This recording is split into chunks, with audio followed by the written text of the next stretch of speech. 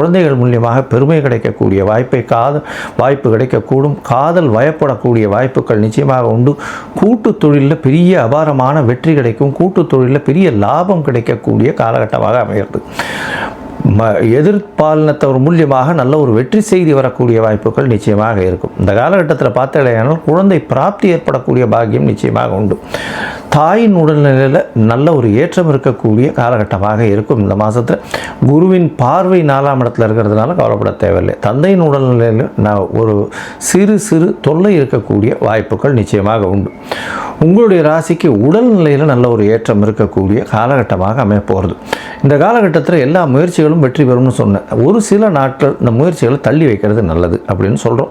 அந்த ஒரு சில நாட்கள் எண்ணிக்கை அப்படின்னா 26/2/2026 27/2/2024 வரலாம் உண்டான நாட்கள். இந்த நாட்கள் சந்திராஷ்டம நாட்கள்னு சொல்கிறோம். சந்திராஷ்டம நாட்களாக இருந்ததுன்னா அருகில் இருக்கக்கூடிய கோவிலில் உங்களால் முடிஞ்ச அதாவது இளநீர் வாங்கி அபிஷேகத்துக்கு கொடுங்க. உங்களுக்கு வரக்கூடிய எந்த பிரச்சனையும் சந்திராஷ்டமத்தின் மூலியமாக வராது. நிச்சயமாக வெற்றி கிடைக்கக்கூடிய வாய்ப்புகள் உண்டு. இந்த மாதம் பார்த்தீங்கன்னா இந்த விருச்சிக ராசிக்காரர்கள் அருகில் இருக்கக்கூடிய அம்மன் கோவிலுக்கு போயிட்டு வாங்க. மாங்காடு அம்மன் கோவிலுக்கு போயிட்டு வாங்க. நல்ல ஒரு ஏற்றம் கிடைக்கும். அதுவும் மாசி மகத்தன்னைக்கு அம்மன் கோவிலுக்கு போயிட்டு வாங்க. ஒரு மஞ்சள் கலர் வஸ்திரம் தானமாக கொடுங்க.